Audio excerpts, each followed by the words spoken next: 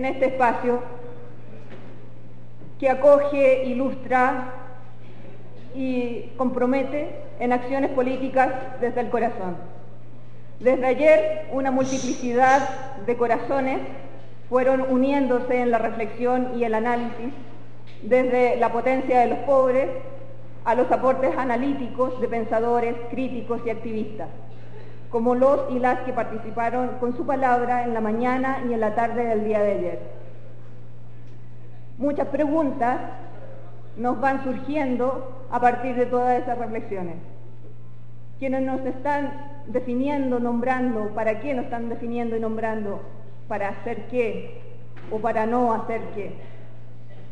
Siguiendo las inquietudes del primer día, ahora avanzando al segundo, vamos a seguir en el camino de caminar preguntando, como los hermanos zapatistas ya nos han dicho. Bueno, la idea es que hoy día sigamos con todas estas inquietudes que el primer día nos ha enseñado y vamos a seguir, como les decía, en este caminar preguntando, compartiendo las experiencias que nos traen los hermanos y compañeros de diferentes lugares de nuestra América. Hoy día nos vamos a encontrar con 3 tipos de movimientos en esta mesa, con los cuales vamos a dialogar y vamos a discutir. Uno de ellos es el movimiento estudiantil y político de Chile. Otro es el movimiento de justicia por el barrio. Y el otro es el movimiento Martin Luther King. En esta ocasión vamos a tener también la traducción del Tzotzil y del Tzeltal, inicialmente a cada una de las presentaciones. Cada una de las presentaciones tendrá un tiempo más o menos de 20 minutos como para que nos den su palabra y luego poder hacer las discusiones y las reflexiones que cada uno y cada una de los participantes acá presentes puedan tener, ¿ya? Vamos a comenzar por el movimiento estudiantil de Chile. Aquí tenemos a 2 representantes, Daniela Carrasco, que es de la Universidad de la Frontera, perteneciente al colectivo Tendencias Estudiantiles Revolucionarias, es estudiante de trabajo social y también realiza trabajos de base con niños en campamentos en Chile. La Universidad de la Frontera es una de las universidades estatales que está en el sur de Chile, en la región que se caracteriza por mayor población mapuche. El otro representante es Paulo Olivares, militante de base de la Universidad Central.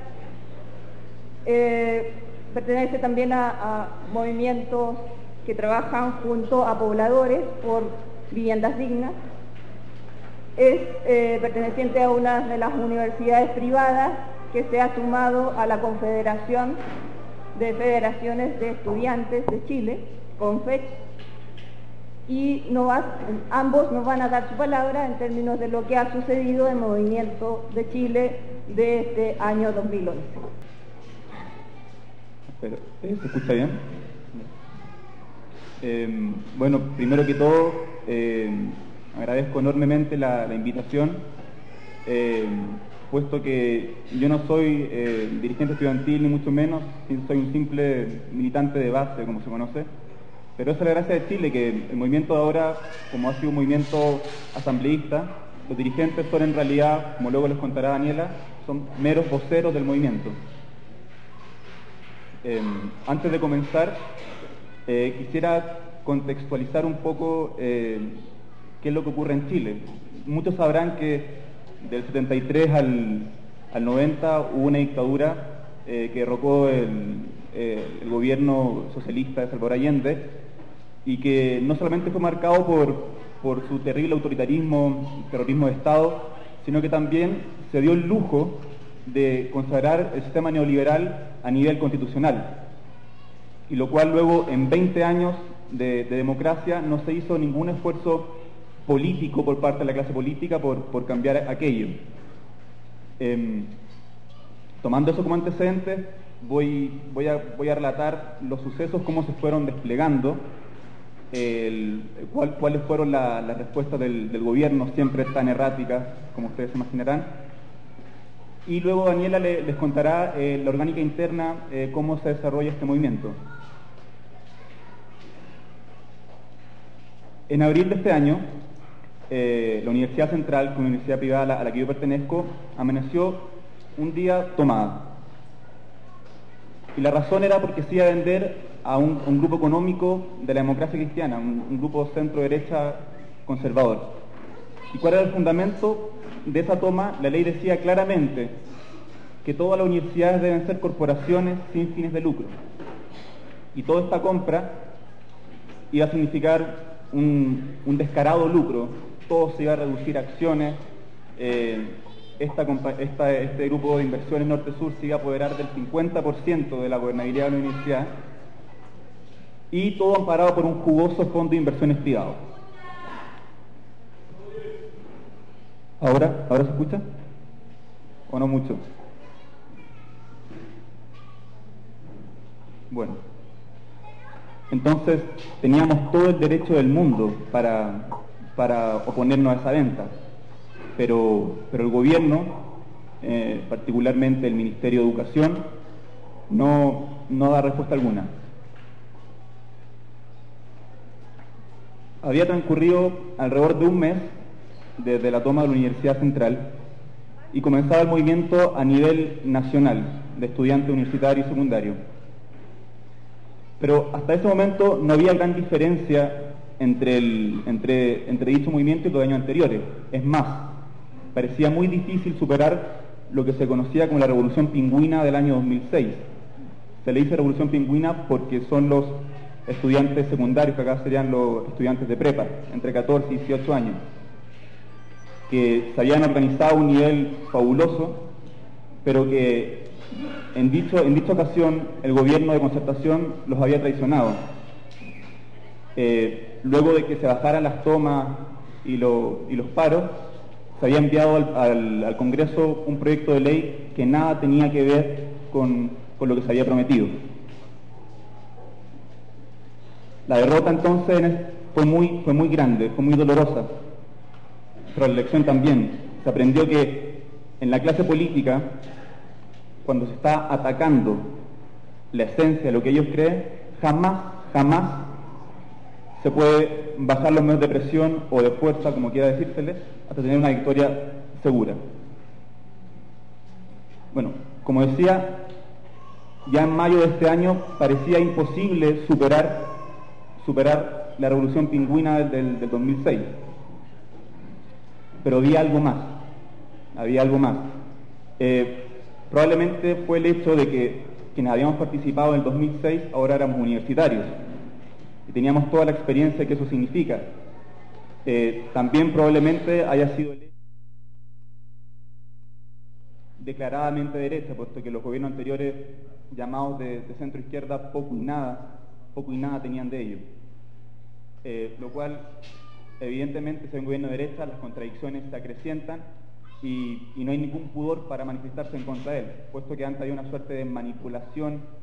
Nos decían nosotros, la concertación nos decía, nosotros fuimos los que recuperamos esta democracia. Entonces era una manipulación permanente. También habían habido unos levantamientos a nivel nacional en el sur de Chile en contra del alza del gas, también contra un proyecto hidroeléctrico llamado Hidroaicén que iba a destruir gran parte de una de las zonas más bellas de Chile. Pero quisiera hacer hincapié en el hecho de que esto no fue un movimiento espontáneo, como a las luces quizás habrá aparecido en distintos países, sino que esto habla de un lento y largo proceso. Y quisiera acá citar a un historiador chileno que se llama Gabriel Salazar, que se ha preocupado de rescatar la historia popular chilena, puesto que los textos de la escuela solo se ocupan de las élites y no hablan de lo gloriosos y heroicos que fueron. Dice el historiador: la elasticidad de la memoria social ciudadana hace posible que existan procesos histórico-culturales subterráneos que reptan y se filtran de sujeto a sujeto bajo los cimientos del espacio político monopolizado por el Estado, casi siempre invisibles a la ley. Sin embargo, pese a ese carácter, sostienen su soberanía e historicidad sobre plazos a larga duración. Son armas históricas de largo plazo, de largo alcance. Es el modo de trabajar de la soberanía popular, movimientos culturales lentos, subsidentes, bajo tierra, consolidándose y socavando. Y acá la frase maestral, es el topo popular de la historia. El topo que cava túneles y madrigueras culturales. Bueno, sea cual haya sido la razón, que probablemente fueron esa y muchas otras, lo cierto es que estábamos siendo testigos ante una injusticia inmensa. Así como hay un nivel de segregación horrible en Chile, hay un Chile para ricos y un Chile para pobres. Tú te puedes ir a vivir a una comuna y en ningún momento te vas a topar con un pobre. El sistema educacional reproducía a la vez que fundamentaba lo mismo. Chile es el cuarto país más desigual de la región más desigual del mundo, que es América Latina, y es el país más desigual dentro de la OCDE, seguido por México, lo cual no es para festejar. Y todo el sistema educativo era lo que contribuía principalmente a eso. El rico es capaz en Chile de comprar toda la educación que pueda, desde la cuna hasta la finalización de la universidad, en tanto que el pobre solo cuenta con un mínimo porcentaje de ese presupuesto. Y luego nos dicen que salgamos a competir al mercado. Y en lo que todos nos preguntamos, ¿eso es una competencia? Eso no es una competencia, eso se llama una trampa. Porque toda vez que quienes manejan el juego saben cuál es el resultado y te hacen creer que es una competencia, es una trampa, e incluso una estafa, se podría decir en términos jurídicos.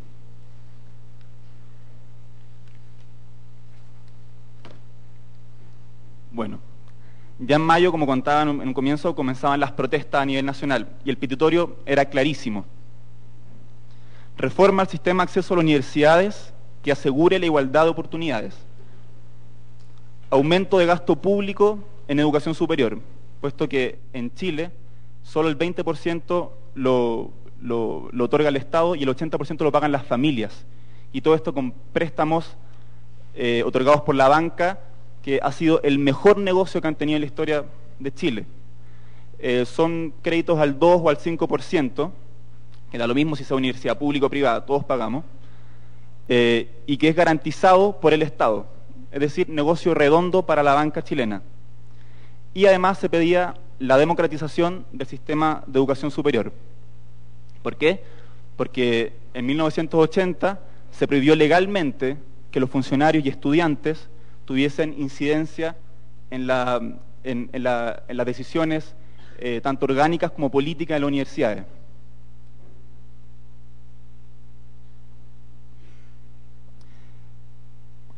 Ya en junio se radicalizó el movimiento.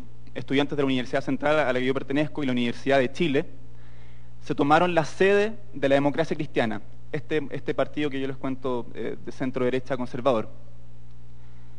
Y las marchas alcanzaban cifras históricas, más de 100.000 personas. Y, bueno, y siempre estaba la dicotomía en Santiago. Siempre estaba la dicotomía que nosotros decíamos que eran 200.000 personas y los medios de comunicación decían 30.000 personas. O sea, la gente no sabía qué creer, pero bueno, nosotros tenemos fe en que sí eran más de 200.000 personas. Y además de esto, no eran solo, como habrán visto en las fotografías, no eran solo estudiantes los que participaban, sino que profesores, funcionarios, familias enteras. Chile, siendo un país que lamentablemente tiene muy pocos carnavales, las marchas se transformaron en el Carnaval de Chile.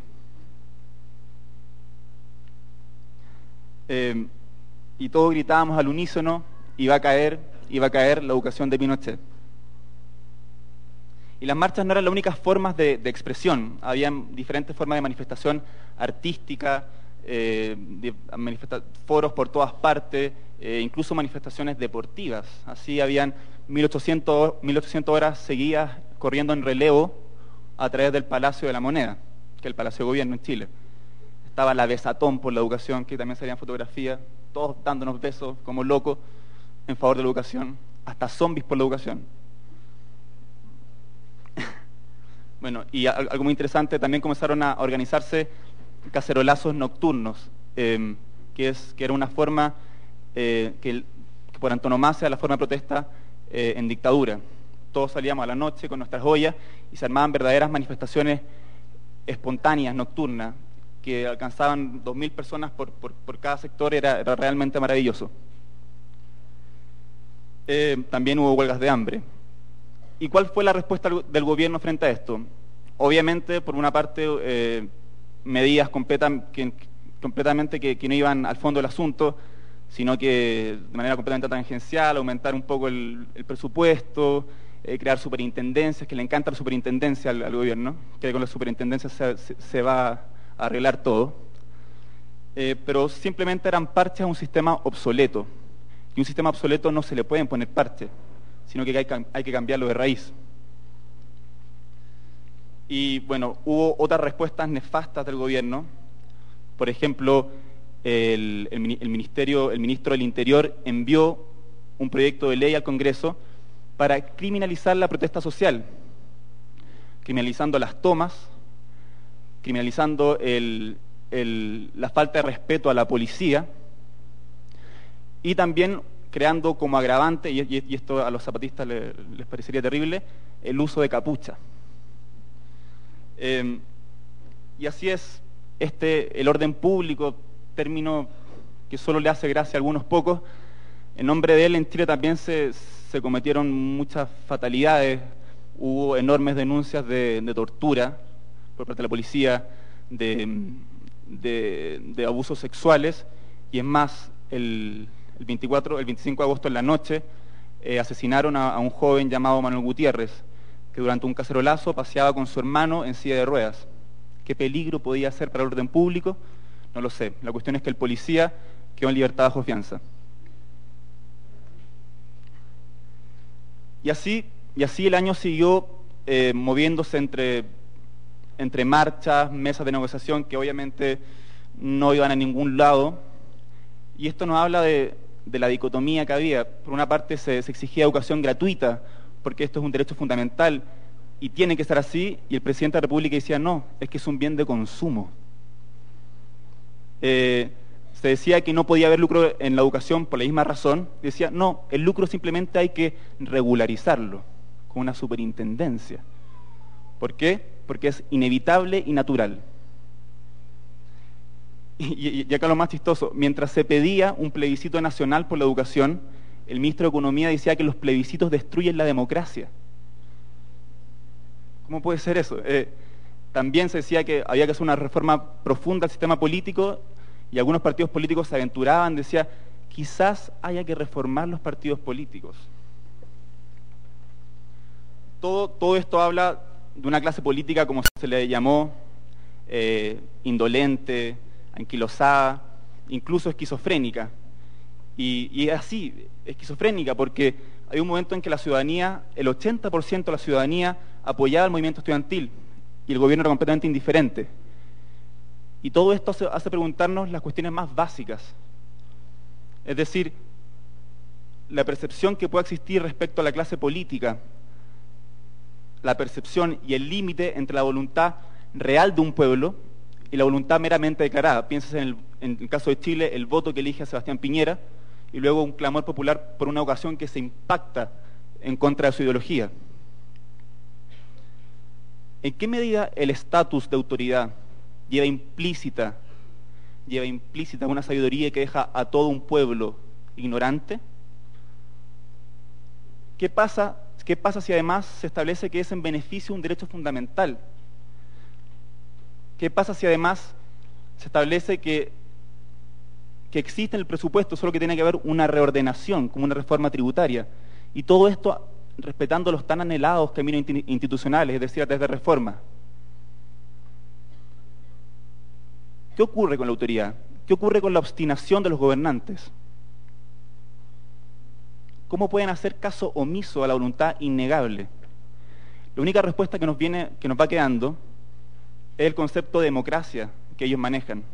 El otro día hablábamos, la democracia pareciera que no se pudiese decir sin adjetivo, pero nosotros estamos hablando de democracia. Como cuando decía el ministro de Economía, los plebiscitos destruyen la democracia. O sea, ¿qué tiene este hombre en la cabeza? Por favor, ¿cómo es posible? Y esas personas no se merecen estar en el gobierno. O al menos no merecen hacer uso de la palabra democracia. Porque no solamente están faltando al tenor literal de la palabra, sino que están faltando a la voluntad de un pueblo. Se está burlando un pueblo.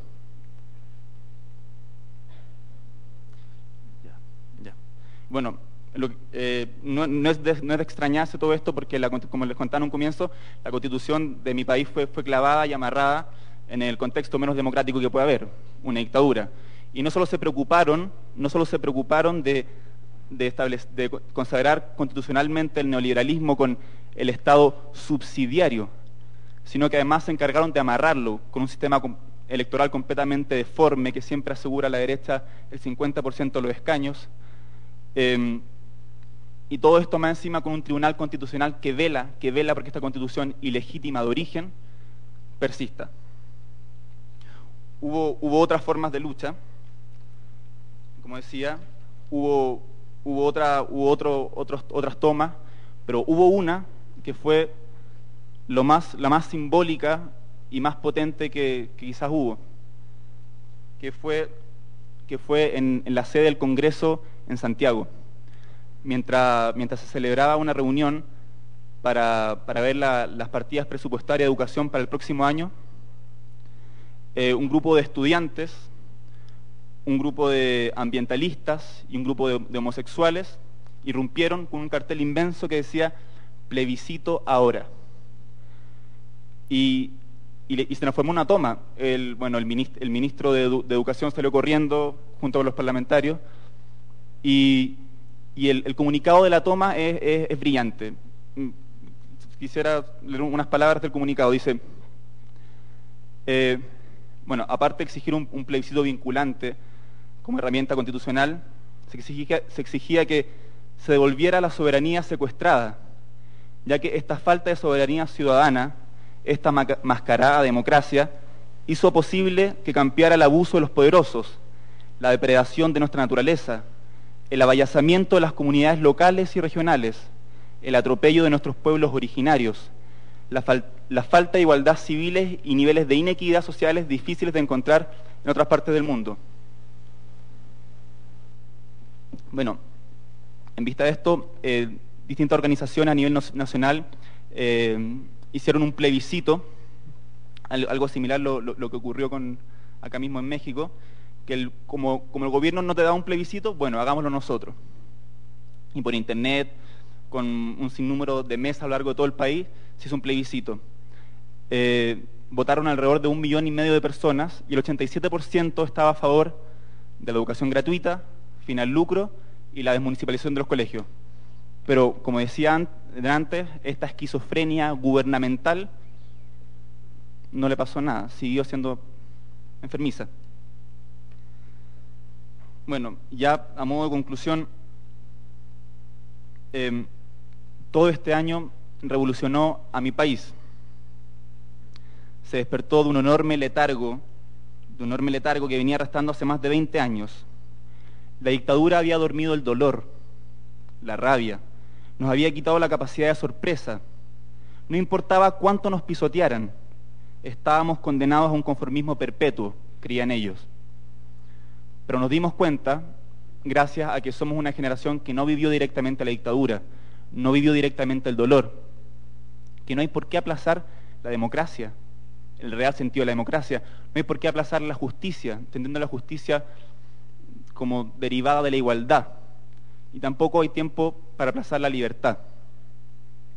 El problema era que parecía que el enorme resto de la población seguía con mucho temor de salir a la calle, puesto que era el temor heredado de la máquina más poderosa, el terror del recuerdo, pero maravillosamente no tardó en contagiarse el resto de la ciudadanía. De pronto no pasaba un bus y los pobladores se tomaban la calle en señal de protesta. De pronto en una comuna un alcalde intentaba imponer un plan regulador que iba a significar la destrucción mediante inmobiliarias, autopistas, y todo un pueblo se alzaba en contra de él lográndolo. Y todo esto nos habla de la importancia de la renovación de las formas de lucha y de la necesidad de que los movimientos se amplíen, es decir, que pasen de las demandas gremiales a las demandas sociales. Y eso solo se consigue con mucho trabajo, porque de que la única forma de destruir un sistema es a través de la construcción social. Muchas gracias.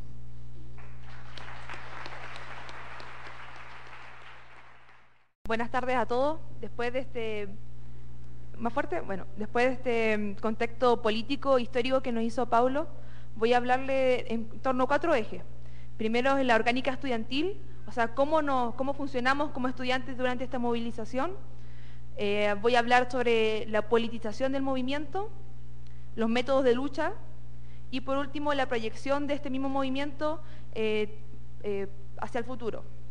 Voy a tratar de sintetizarlo lo más posible. Bueno, primeramente en cuanto a la orgánica estudiantil, nuestra organización como estudiantes ha tratado de romper con las lógicas institucionales y burocráticas que ha caracterizado el movimiento estudiantil chileno durante la década de los 90 y durante los años precedentes. Se retomaron las asambleas como validación de las tomas de decisiones. Era increíble como ya no caímos en los personalismos, como pasó en años anteriores, que el movimiento era guiado por ciertas personas que al final de cuentas traicionaban el movimiento en cualquier momento. Eran cooptados o comprados por los diputados o por los partidos políticos. Aprendimos de los errores y este año fuimos muy astutos en ese sentido. Sacamos de los escaños de la CONFECH, de la Organización de Estudiantes Nacional, a las personas que eran de derecha, introduciendo a personas y a voceros que eran de tendencia izquierdista revolucionaria. Ni siquiera partidistas, ni siquiera pertenecientes al Partido Comunista, sino con una perspectiva de lucha revolucionaria. Como les dije, empezamos con la utilización de vocerías, tomando desde las bases sociales cualquier decisión, desde una marcha hasta cómo íbamos a hacer la olla común, incluso si se iba a hacer o no una barricada. Y de verdad el corazón se te hinchaba de emoción cuando veías un pabellón de la universidad mía, por ejemplo, con 200 estudiantes o mucho más, 500, votando que sí a la barricada y no que iban a ser solamente meros espectadores, sino que iban a participar en carne propia de una lucha callejera. ¿Por qué? Porque el Estado ha tomado medidas políticas en contra de nosotros, muy represivas, y esta lucha callejera iba en respuesta de las decisiones políticas tomadas por el Estado. Y como les decía, se realizó un trabajo de base constante.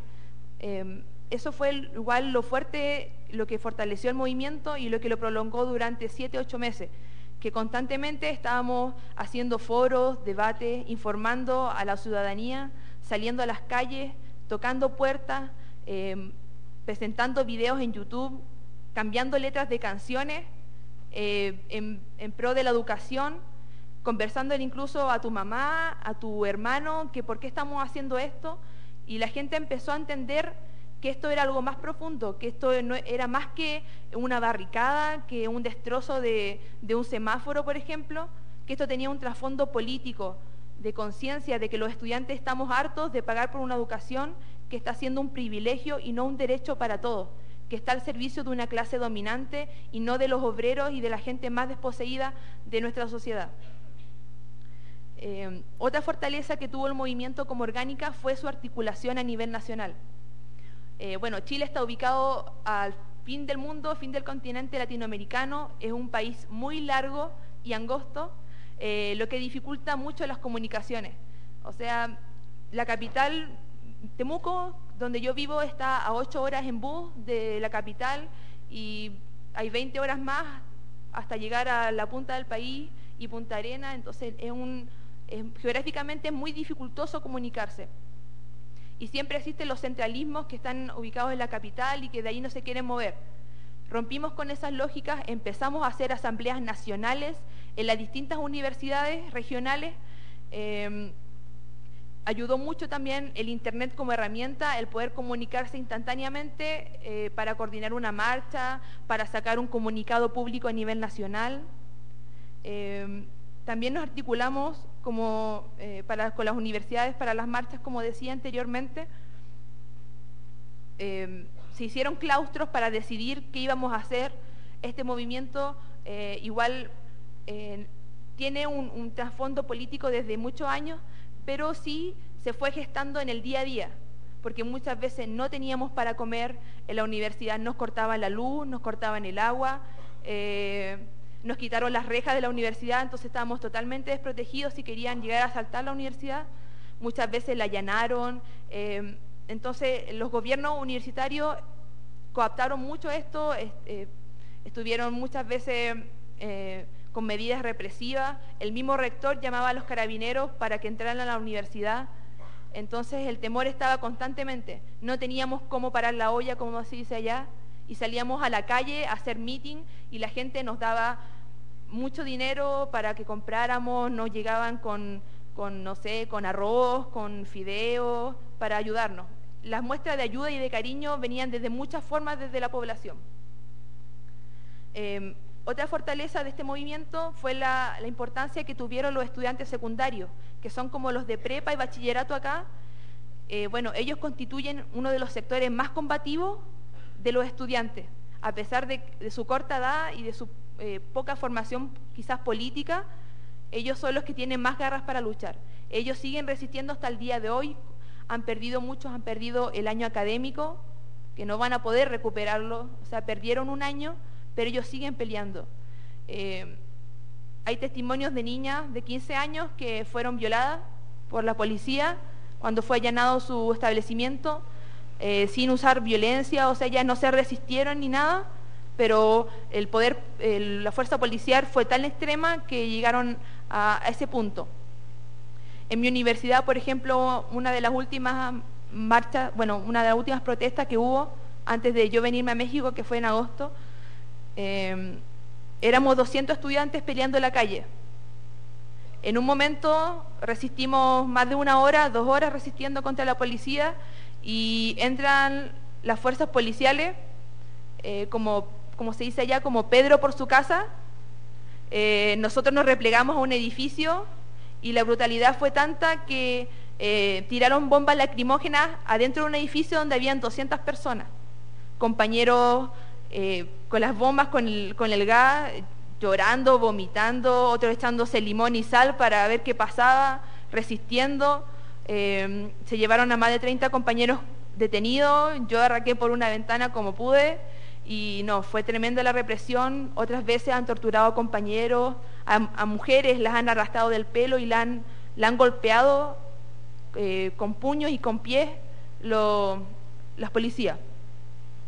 Bueno, en cuanto al segundo eje, que era la politización del movimiento, me he encontrado con historiadores chilenos y con gente del ámbito político que nos trata a nosotros como estudiantes movilizados como un movimiento apolítico, como si no tuviéramos una visión, un trasfondo ideológico, como si no supiéramos a dónde vamos, como si simplemente fuera un berrinche de un adolescente que está en contra del sistema. Nosotros vamos mucho más allá de eso. No somos un movimiento apolítico, somos un movimiento apartidista.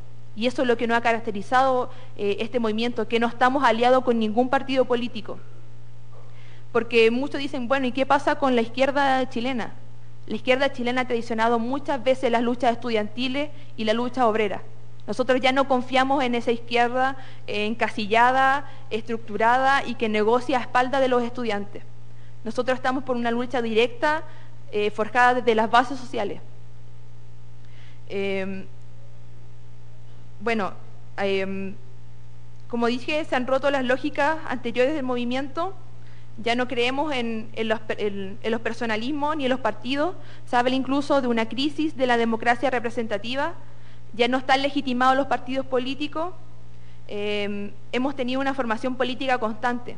Como estudiantes nos estamos formando y aprendiendo constantemente por medio de foros, de claustros, de asambleas, debates, conversatorios, que llevan no solamente a organizar al movimiento, sino a elevar los niveles de conciencia. Se hablan y hablamos nosotros como estudiantes que los niveles de conciencia del estudiantado han crecido enormemente. Lo que no se avanzó en 20 años, se avanzó en un año de lucha ferviente. Entre los métodos de lucha, que era el tercer eje, estamos hablando de métodos tradicionales y métodos alternativos. Entre los métodos tradicionales que son históricos, están las barricadas, las tomas, los paros, que los seguimos usando y lo vamos a usar siempre. Y bueno, este año se dio que se reivindicó la lucha callejera.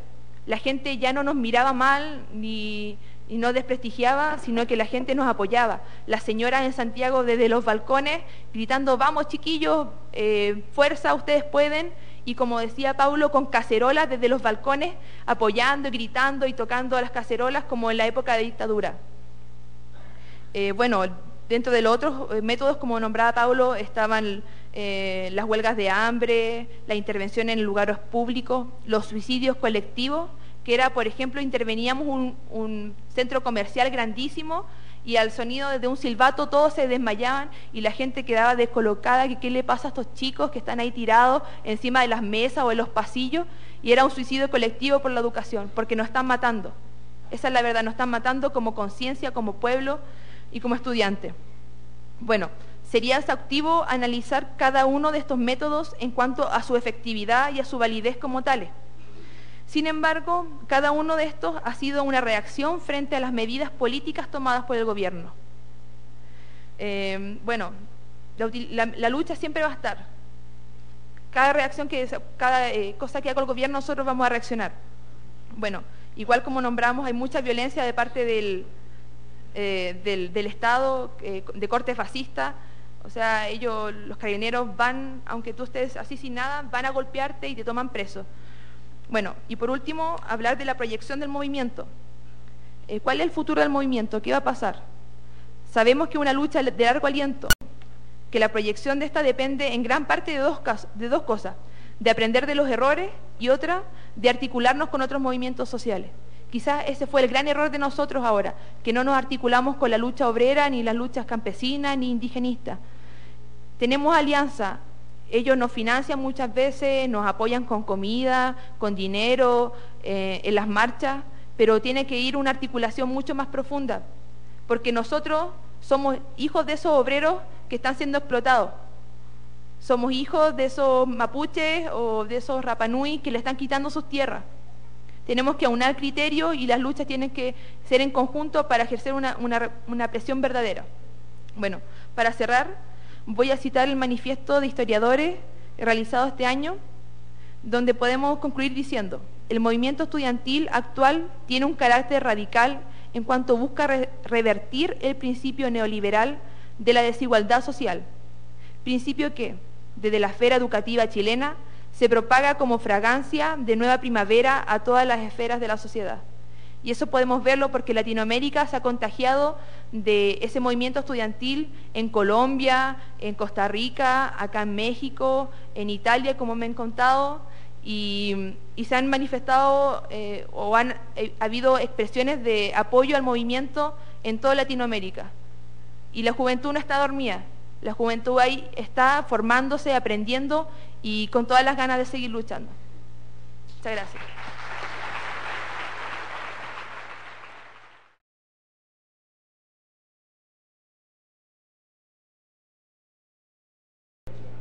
Lek oita kotolik vini kansetik, kalti kabayik, op, chaboli talemik chiltik, a Paulo Olivares, Chuk Daniela Carrasco, Liquemictare Tislumal, Chile. Tislo ilikich octalea, escuchale. Bayel toshe muyukbuch, opok, ti kerem sebetik, chanunetik, te tislumalike, escuchal, vayaktikiaye. Abik akalto, bik shatisatike. Las nai, titskan, amtejik, yun skolta el, tiyab chanunike. Ayun lok ek ti bebetik, chak ek ti ayel.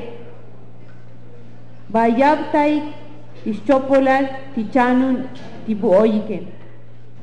Yun te tislumalik ti Chile, tichanune, togbil, mumotonuk, oisbokolik ti ilbaginel. Maoknos tichanun, yun es tiskotol stislejalik. Las sakik sati muktik yab chanunetike, ati universidades.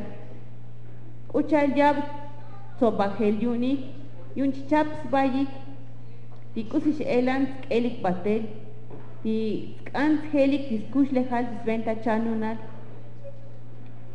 Ep ti chop ti muchutik, lek la jay tikusish pasketis lo ilike ti yam pelike, ayun ep shalas somos bayik, chayik, komon somos bayik, somos kopik, tiskelek diskush lejaliken. Abik chanunetito, tikusit sot kanike, chim, sot oplal, skelojik. Tijune, chapanel sbay, yun sabit yip, lek tiyam telike, akos puk shmuk tikusit skan spasike. Tischibale, titzomlek yunike, skan akos lekum, skotol naklejetik, yun maok noosh, stogom tasel tichanune, yun skan skotol tikusi smukul tislumalike, ech akoslekum tiskushlejalike, tiskotol tibinik ti ansetik, ako ichbiluk timuk tikushelas kushlejalik stalelike.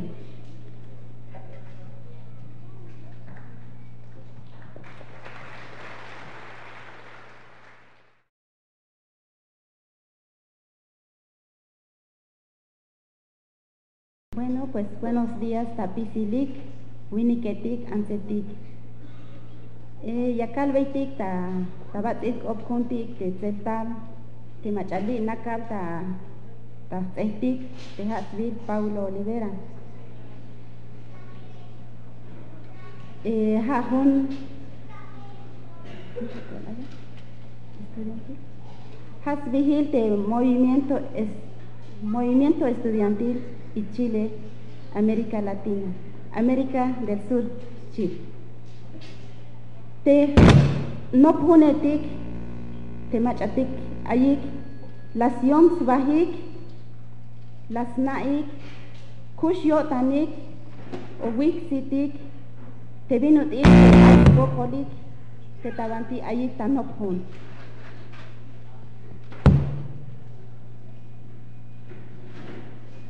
Y technopunetik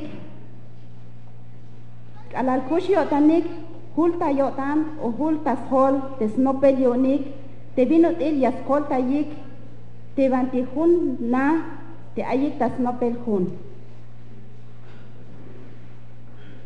y lok ita betik ta yaw tayel te vin mabalek yakaspasvel te ahwali te italum tamuk ulum. Hich binut il te banti yasnopik hun o tabanti yai chompo shetik te bin yakas kambelik te yakas yauta belik yak belik sna te ahwalil te ha hun mahtanin te yasnopik te hun yun hich yastas tas kolel o hit yash lekua te tahukun pam lum teitas inalel te Chile. Te vinut iya kayal belik te tayaw tayel te manchukla te chombil te banti yasnopik te hun o manchuk yashkat ta chombajel te escuela.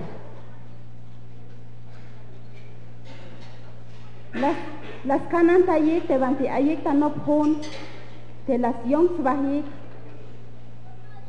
te haye machatik ay te vinut il te swinkilel te lum o swinkilel te pueblo tabantimuk ulum te país yun te Chile y hayu un te machatik wok las yom svahik ini ay lah chep snopel yunik la yach utesik te snop la yach utesik te organización o te bantición svahik te yun yaskanik te ayuk yich elik tamu la yik tiklanik Chantal te machatik nish ayik hoyok takik osmolo ladik a te tanopogel yu lahit yaskan yash ayin te cambio yunik porque te ahwalil maba ich bilik ta cuenta yuun yash el ambotik hich binut ir te yash las olali te bante yas nopik te hun o tohbil yash ambelik hich binut ir te mahtani te bante yas nopik te hun hana shantok hermano